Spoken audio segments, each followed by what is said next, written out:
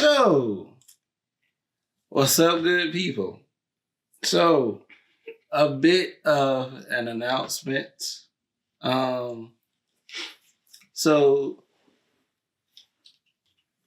we've decided to change the format of the podcast. We will separate the music from us talking, and we're still coming up with a name for this. Stay Lit will be a completely separate thing from this. It will look different, feel different, be different. That's a whole nother entity.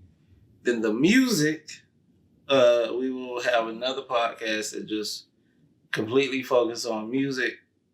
That will be another thing that is called Above the Underground. And that will be coming soon, shortly, whatever. And this, we don't have a name for this. This is just us talking and talking to y'all and having a good time. So, yeah. So, we still gonna be talking about stuff all from a Christian perspective because we are believers. So, of course, everything is filtered through that worldview, through the Christ-centered worldview. So, I don't think we ever excuse me. I don't think we ever introduced ourselves or gave any type of background on who we are. We just kind of popped up and started talking. I think you're correct. I told them that we was married, but they don't know a whole lot about us besides that. I mean, yeah. Well, that could be another podcast one day. Why not now? How we met? Not the full story. We won't go into everything. Cause that would take a lot. Because we would have to take y'all on a journey with that. For example, now this is gonna sound crazy. I am not registered anywhere. I was. Hold on, no, look. Wait Hold on, look. I was saying, I don't need to be registered anywhere. But I was her PE teacher. Okay, I was like, where are we going with this? Yes, I was her PE teacher for a year before we started talking or anything. So we knew each other for, we knew each other for at least 10 years? No, we knew each other at least 8 to 9 years before we started talking. Yes. So, just to clear up the PE teacher thing. So, this is what happened, all right? So, we both went to the same school. A private school. And the school was ran by a church. So, we could count on our hands how many classmates we had in their full first and last name of every person in our class. For example, I was the first graduate and the only person in my class. That's how small the school was. So so he was valedictorian of his class by default. Straight by default. So yeah. So what happened was I graduated, right? Now I called myself taking a year off. I'm like, I hate school, so I'm not in a rush to pay to go back to school. So college was I wanted to go because I wanted to get into animation and all that.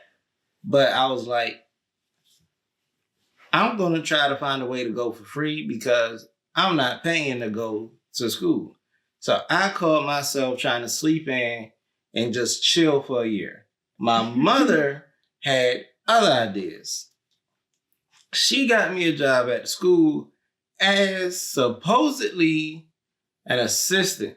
I was a teacher's assistant. And the teacher that I was assisting quit. So I took over as the PE teacher. I kind of just held the spot. But to be fair, all we did was play dodgeball all day, every day. That's what we played. So it was pretty much just me throwing balls at the kids. That sounds so bad. I mean, Sounds so bad. they enjoyed it. They loved it. They had a ball. So yeah. That's a bit of how we met, kinda sorta. I mean, it's in there. It's Yeah. relevant. It's relevant. But So okay. So we went to the same church, went to the same school. Never we did not attend school at the same time No. because Did we? no, Okay. because you graduated when I was in the eighth grade. I started the year after you graduated. Dude, that makes it sound bad. I don't like that. I don't like that. You're 4.5 years older than me. True. Okay. So School is 4 years. High school is 4 Yeah. years. but we actually didn't start talking until we were both in college. Yes. Until after I graduated high school. Yes. That is correct. So, Even though after graduation. So we were both, yeah.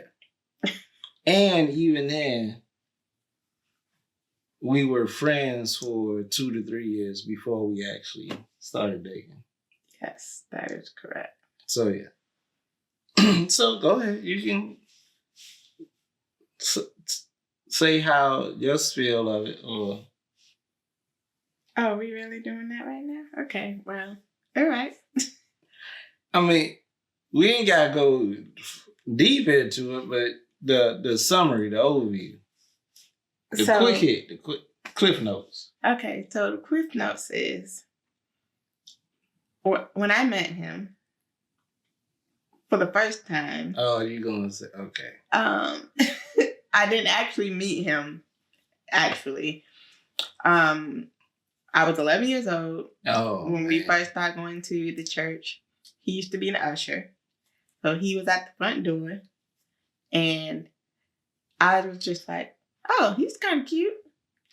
So we visited the church a couple of times, and then found out his sister was like a youth evangelist, whatever, youth missionary, young adult, whatever. What was she? She was like Missionary? over the A junior missionary. Yeah, that's what she was, like a junior missionary and like a youth evangelist, whatever.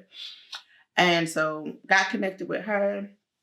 And then I'm like seeing all these other people, and the other people are like, oh, this is so-and-so, this is so-and-so, this is so-and-so. And I'm like, okay, but who is that? Because he looks like his mama and his sisters. I'm like, clearly there has to be some relation. Nobody's introduced me to this person. So then they told me who he was, and I was like, oh, okay. Cool. Anyway, so I don't believe in love at first sight, but I was definitely attracted to him at first sight. He never knew that until after we had started dating, because I didn't share it with him until after we started dating. But like a couple of weeks after we started going to, well, more than a couple of weeks, because my brothers had started ushering as well. My brother's 2.5 years older than me. And on one day I was in the bathroom, I hear two girls talking. I don't know these girls, and they're talking about the cute usher. And I'm like, oh, they probably just talking about my brother. I've heard it. I'm not new to it. And then they said something else, and I was like, that's not my brother they talking about. And I felt the way, like, how dare they be talking about the guy that I think is cute? So yeah, he never knew I like had a little crush on him or whatever. So I avoided him for a long time because I was like, I don't want to be crushed in my soul by him looking at me as like the little sister or like, oh, there's the little baby girl over there. I'm not going to talk to him because it'll be weird because I'm crushing on him and he's older than me. And so I just didn't talk to him. I avoided him. And you probably played it right. Because probably would have. But I didn't know any of that. But so we graduated and I was in college, in between classes, bored, in the computer lab. And I was on Facebook and you popped up as people you may know. And I sent you a friend request and you responded right away. And I was like, oh, she must be online. And that was. Yeah.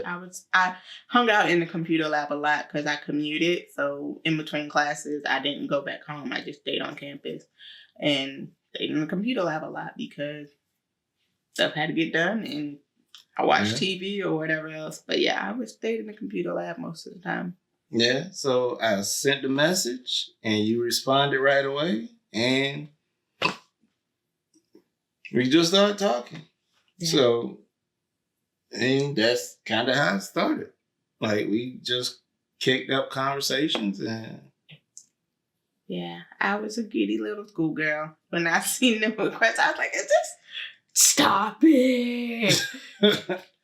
So... Yep.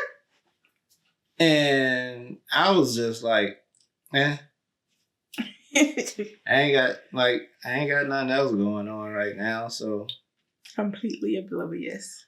To be fair, I was aloof. Very, like, I didn't pay attention to a lot of things, to be honest. Like, if it ain't got nothing to do with me, it ain't got nothing to do with me, so I don't care. So there were a lot of things going on around that I just did not pick up on. Like, people would tell me things, and I'd be like, when that happened, they're like, you didn't see that? I did not see that. I did not pick up on that signal. So yeah. And she'll be like, JL, like, you didn't. I'm like, no, I did not. I did not get the hint. So, and she still have to. I still have to tell him that them ladies be crushing on him. He don't believe that these old ladies be trying to check him out. I'm like, whatever. I be chilling. I really do. I don't be paying attention for real. I be in my own world. So anyway, so we started talking and we were, like I said, we were friends for like 2 or 3 years. I was putting her up on game. I was like, look, you out here and you don't know nothing, man. You naive. Let me put you up on game. So I was putting her up on game. But what happened, what changed it, and what took the thought of, oh, she just cool peoples to, this might be something. I was broke in class one day and she hit me up and she was like, hey, you ate? And I was like, nah. I was like, man, I only had enough money to make it to campus. And lo and behold, she popped up one day with food. And I was like, hey. She brought me a whole combo. Like, we sat down, we ate. I was like, that's what's up. And I was like, you know what? She might be all right. There might be something a little bit more than just friends. And that's how that mind shift of, oh, she just cool, we just friends, to she might be all right. Now, mind you, this also entails the fact that neither one of us had cars Nope. at this time. Yeah. So both of us were taking public transportation, the bus. And so, yes, I took a bus, which is not something I like to do, especially because at the time we was in downtown Norfolk. Mm-hmm. And I hate being downtown. So like, for anybody in another state or whatever, another part of the country that's watching us, we in the Hampton Roads area, Virginia Beach, 757, whatever. Public transportation here sucks. It comes once every 30 to 45 minutes, or at most stops. Most stops, yeah. At most stops. So it's like, to get across town can literally take you all day sometimes. And the weekend is just, don't even get started on a weekend. Like, so it's 30 to 45 minutes on a weekday. On a weekend, it's like, I mean, just walk. On the weekend, just get your bike, just walk, Uber, or whatever else. Because if you're waiting on the bus, you're going to be waiting all day. So, little did I know, she was plotting on me with the food. I thought, like, oh, she just looking out. But then I found out, oh, she been liking me the whole time. But you saying plotting on you. Like, I mean, I was being a good friend. True. And it was very much appreciated. Looking out for you because I care for you. And it was very much appreciated. And because he, like he said, he can be pretty aloof. So there would be days where it'd be like, even now, I'm like, did you drink water? Did you do this? And he's like, you know what? I don't think I did. And I'm like, yeah. Because I could get caught up in projects or different things and then just like forget about taking care of myself. So yeah, that's true. But yeah. And then 5 years later, 3 years later, we got married. Yeah. But it's funny that we going over this now because like I remember us going up to the plasma bank trying to get money. We went together before? Yeah. I don't remember going together. I think we went like once. And they was telling you like you didn't weigh enough or something. Yeah. We was down bad, man. It was, one time it was my weight and one time it was my iron. Yeah. But yeah. So we really came, like, we built this thing from nothing to where we are. God has blessed. We moved on up. Yeah. It's crazy to think about it. Catching buses, the hopping on rides and walking and being stuck in the middle of the night because the train done stopped running. Oh, yeah. So yeah. But, so that's a little bit about us together. So a little bit about us coming up.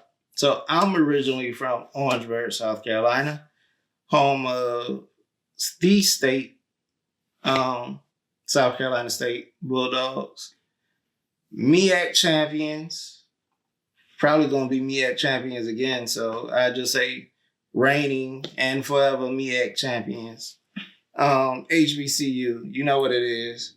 But I'm the youngest of three. I got two older sisters. And yeah, I mean, very close, tight-knit family. Come from a bigger family. My grandmother had like 10 kids. Yep, 10 kids. So my mom had 6 older brothers. Yeah, 6 older brothers, 6 older brothers and 2 older sisters. Yeah, but yeah.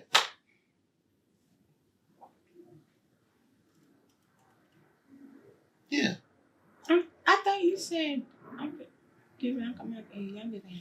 Yeah, He said 6 older brothers. 5 older brothers. Cause yeah, she got 2 younger and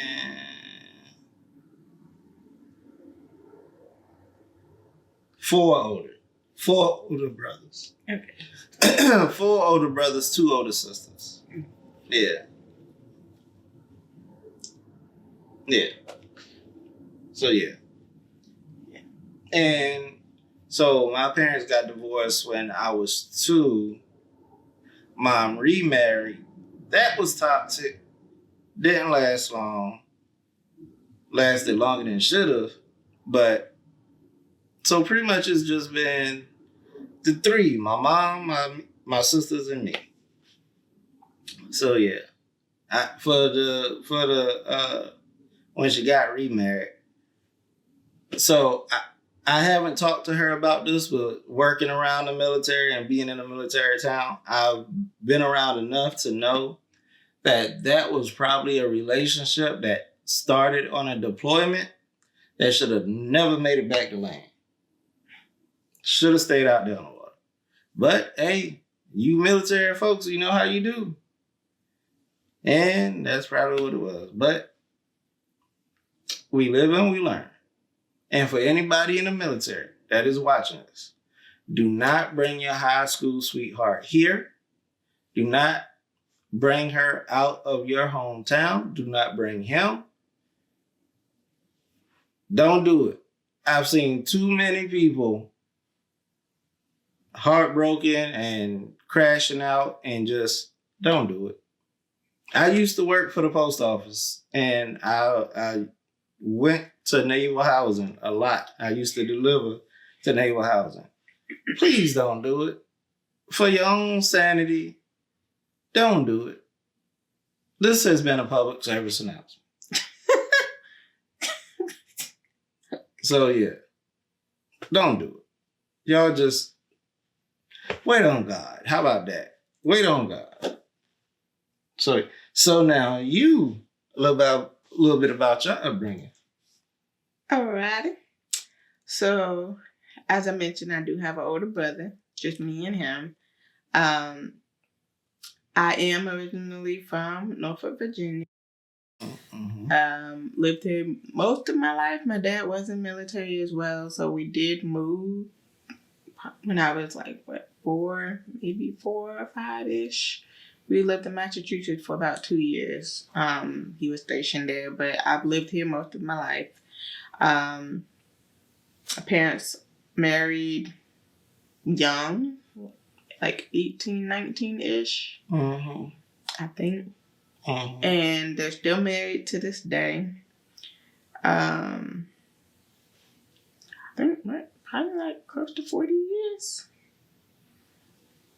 I think so. Yeah, it might be more than 40, but either way, my parents are still together.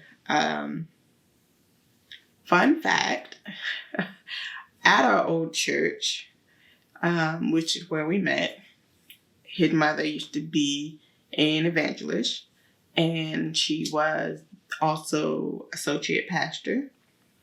And my father was an elder, and he, there had been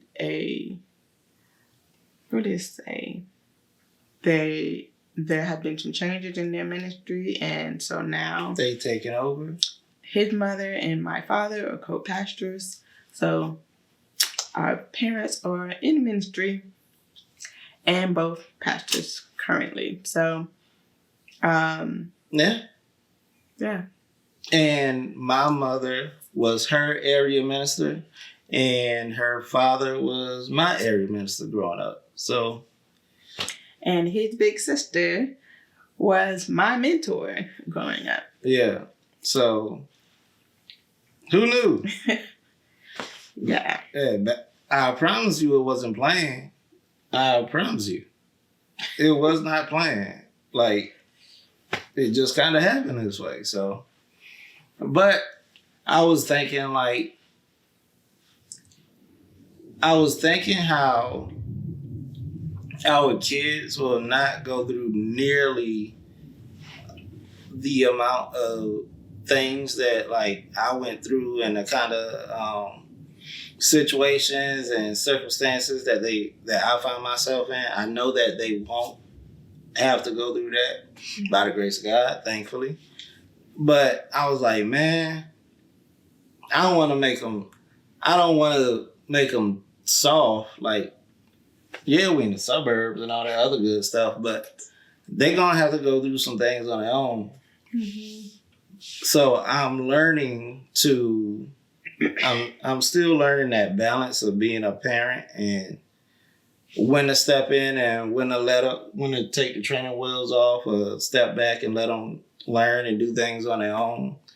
But we knew in this parent thing, we knew in these parent streets. Our oldest is 4. Yeah. So we still learning and growing as a family and, still figuring it out. But one thing I definitely learned since we became parents is there is no book that can prepare you for being a parent. And there will be days. Every day is a new learning day. Yeah, for sure. Every day is a new learning day. Like, you never quite have it figured out. Yeah. And you really have to be flexible and just kind of just go with the flow. Yeah. Kind of just go with the flow. Because our daughter has personality for days. She has personality to spare. Yeah. She came stopped. She came stopped. She came with her own personality. She came with her own fashion sense. She came ready. She came and she was like, I'm here. Period. That she did. Point blank, I'm here. That she did. And our son is almost the complete opposite. He will sit and he will watch and he will study and he will attack. Like he's a very smart boy, but you gotta keep your eye on him. Yeah. He's a boy. Yeah, you gotta keep your eye on him. He's a boy. Full, yeah, wholeheartedly, he's a boy. And I love both of them little jokers. Absolutely. But there was one thing I was thinking about, and I still don't know how I feel about it, because even though that we're saved now, I'm still grateful for all the cultural things that I was able to experience growing up in the time that we did, where I got to hear and know a lot of the artists and things that came before.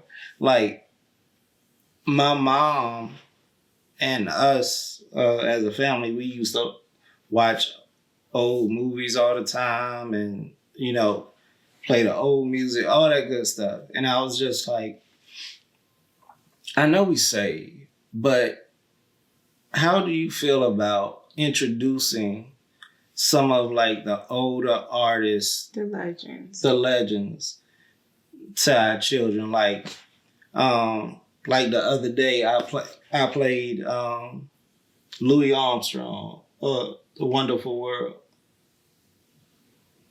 Yeah, I did. And I was like, man, like introducing them to Anita Baker and Luther Vandross and some.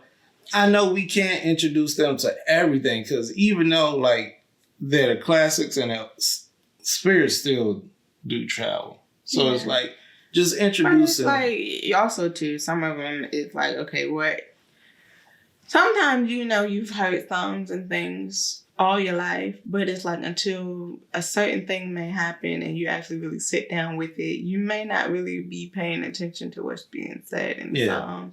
So that's true. my only thing, because I was just thinking, like, the song just popped in my head. I'm loving you whether you gather. I don't have none of the words. Dude, that's how bad I am with it. I could be, like, it be in the background. You don't know what I'm talking about? I think I do. Oh, yeah. No. I thought I had it. But anyways. Oh, yeah. Yeah, are you it's good or bad? Yeah, let's stay together. Yeah, Al Green. Okay, yeah. But, like, that's one of the examples for me. Yeah. Like, I know of the song, but, like, off the top of my head, I can't sing it to you. Yeah. Like, I can, like, a Fred Hammond or a Kirk Franklin. Yeah. So, even though it was something from, like, I won't say integral to my upbringing, but it was, like, around to an extent.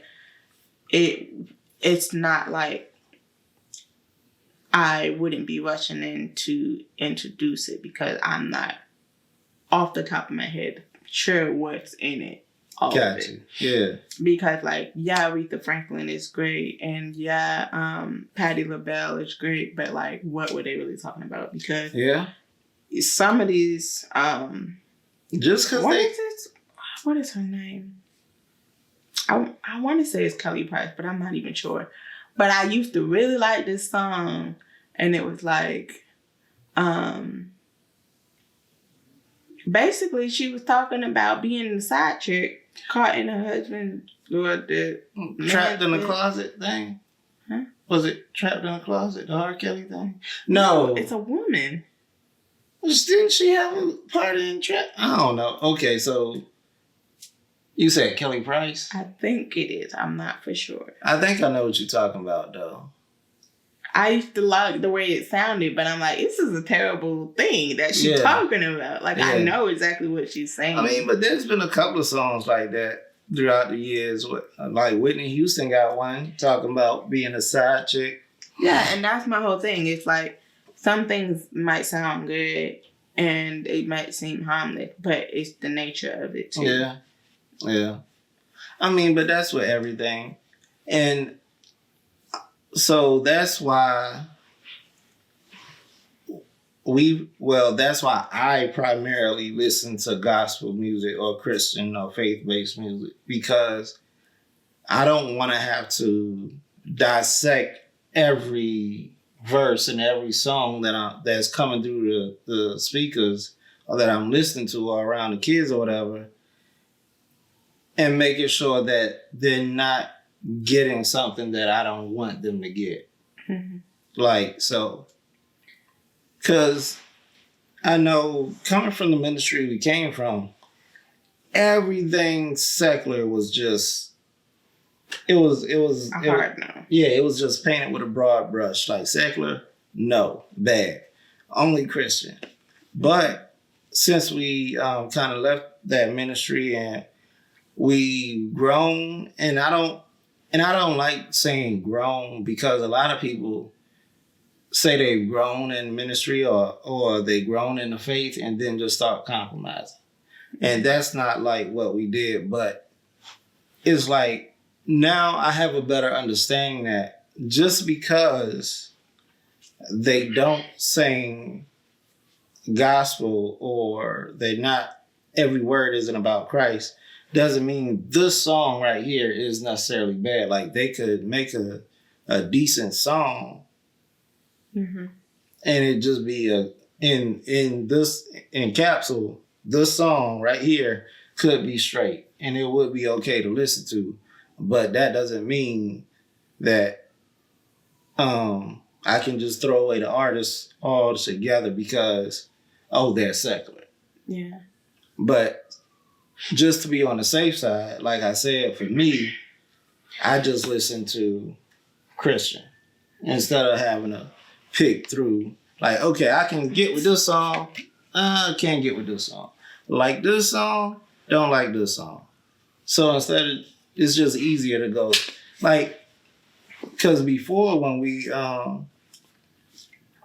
left and we were finding a new church and all that, I ain't gonna lie, I was judging folks hard. I was judging because we came from a Holiness of Hell ministry. Yeah. So when we were coming through and we was hearing people like listening to Beyonce and everybody else, I was like, if I had pearls to clutch or if I had a stone to throw, I would have been slinging. But like I said, we grown and we understand now that, you know, there's nuance and everything isn't just painted broadly, but still. And then it still speaks to like what your convictions are too, because excuse me, we also come from a church where like the pastor, I don't think like when he was growing up that he had any issue with like playing cards. Yeah. But it became like that playing cards, even if it was Uno, became taboo. Yeah. Yeah. And so it's like, okay, everybody's conviction is different and Yeah. God called different people to different things. And that's another thing too, is like in continuing to walk in your faith and seek out God, like I still believe that whatever we choose to do and introduce to our household or not, that God, the Holy Spirit will convict us one way or the other. Yeah. And if it's something that, just like how there's certain shows that we don't like, whether it's just how they sound, what they look like, or if it's something that Janaya sees and we're like, I don't like how you're responding after watching that, we're going to cut that off for you. Yeah. You know, it's everything. Like you said, every new day is a new test and trial, really. And it's just like, you take the bad with the good and you build stronger. Yeah. Basically, because I would say we definitely were judging hard because it's like, oh, you're a believer and you do that? Oh, wow. Because we definitely were like, another reason why we didn't talk, yes, the age gap, but then also too is like, oh no, you as a female should not be in a man's face, a boy's face. Like, stay out of that boy's face. Yeah. When he was talking to me, get away from him. Yeah. And it wouldn't be like we're standing together or sitting together, what have you, and someone says, whatever, Malachi, you go over there, and I don't know, named Leah, you go over there. It would just be directed at the girl. Yeah. And then there would be another conversation, maybe, with the guys. But it would be like, you as a girl don't need to be in his face. But he was talking to me, okay? But you shouldn't have been in his face. You did something. You had to have done something to make him feel okay to come talk to you. Like, it was kind of, I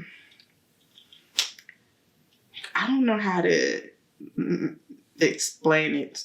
But it was basically like, a lot of the fault was put on the girl. So not to the extent of like blaming the victim, like if you got raped, you shouldn't have wore that kind of thing. But it just was like, you have to be above reproach. Don't allow yourself to be in a position where they can talk about you or say this about you or do something to you.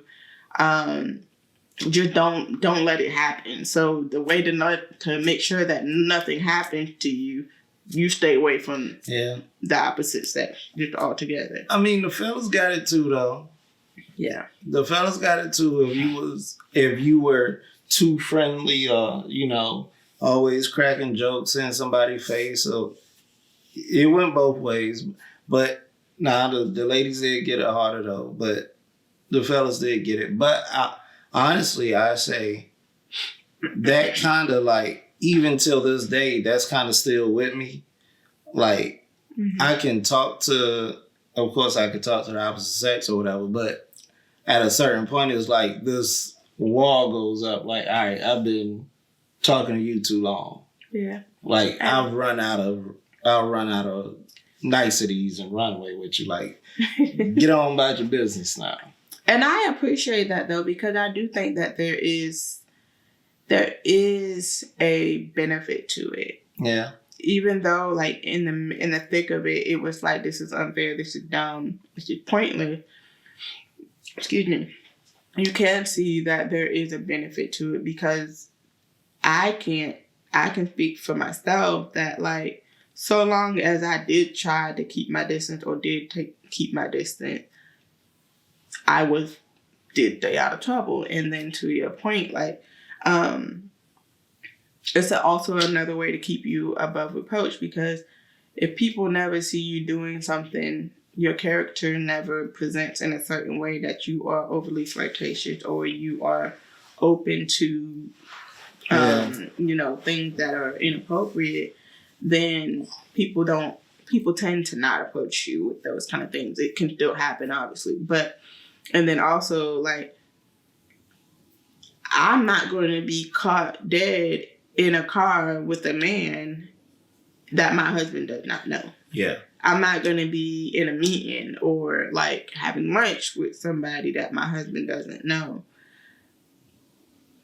It's respect, and then also, too, because it's, again, trying to make sure that I keep myself above board. Yeah. But because it definitely could lead to other things, whether you are seeking it to be something different or not. It's just like, don't open yourself up to it. Yeah, don't open the door. So, yeah, it's like, just thinking about those kind of things, it's like, now how do we navigate that now that we have kids? Like, right now, our daughter, she just turned 4 last month, and she's like, her best friend is a little boy at church. He's a good kid. Yeah. But it's like, okay, how do you navigate that as a parent to be like, it's okay for you to be friends with boys and girls, but at a certain point, you have to be like, still extra cautious because she is a girl. But that it seems like, bias, because that doesn't mean that just because she's a girl that she's not going to influence him to do anything wrong, or vice versa. So, as a parent, you just have to kind of always be on guard, and then that's just something too. It's just like, I'm not going to be like, stay out of his face. He's a boy. You get away from him right now. Even though that's kind of what it felt like for me. But I also wasn't 4 years old when that was happening. Yeah. And it's funny to me, honestly, because when we lived in Massachusetts, I think I told you, but my best friend was a boy. His name was Joey. Excuse me. And he had a little sister. And, like, we were thick as thieves. And so it's like, I know that boys and girls can be friends. Like, everything doesn't have to have an alternative motive. And she's 4. So it's like, it's very innocent. And so it's like, but there will come a time when she is going to be older and boys are going to... The switch is going to flip. Yeah. Yeah, the switch is going to flip, and then they're going to realize, like, you're different, I'm different, and... Yeah. Yeah, so... But, yeah, so, for me, anyway, I'm taking advantage of this time where she is innocent and it's just pretty much just free play. You can just have fun and do all that, but at the same time being cautious, because I know that even though she's 4 and a lot of the kids that she play with are in church and all that other good stuff, I do know that it doesn't take but one time for something to be introduced. Mm-hmm. And a lot of times in kids, they're introduced to things by other little kids. So it's like giving her and our kids the freedom to play, but also being mindful and knowing that, okay, just because it's permissive doesn't mean that it's necessary. Allowed. Yeah, that it's allowed. Like, okay, I'm giving you this runway, but I'm also putting these guardrails up. Yeah. So try to help you and keep you from things that you don't need right now. Like, just be a kid. Just grow up. Yeah. And be a kid for as long as you can, because life is coming for you. And I would like to keep you as my child, nice and innocent, for as long as I can before I have to load up the ammo and just stake you out every other day. Just throw a tag on you and just have a drone follow you everywhere and sit in a cave somewhere, making sure that you're safe 24/7. So yeah, but yeah, I mean, it's the challenges of the world that we live in. Like, I wish that we could choose a decade to live in. Like, okay, you're an adult now, you have your family established. Which decade would you like to go to? 90s, please. Take me back to the 90s, and we can just live until then, until she's grown, till they're grown. Then we can hop back to now and be like, all right, go be free. Now you're you're old enough. Go be free. That would be wild. It would be amazing. Excuse me. No internet. No tablet, no Wi-Fi, no none of that. All you got is outside and imagination. Go be free. Imagination. Yeah. But yeah, I mean, that's it. I mean, we ain't got a whole lot to talk about this time. Yeah. We really just reintroducing ourselves to our viewing audience and the making new friends and new people. Yeah. So yeah. We don't have a name for this yet. But do all the YouTube things anyway. Like, click, subscribe, comment. Excuse me. That didn't happen. Comment down below. And come on back next time. I am JR. This is my left. Latia Marie. And we out.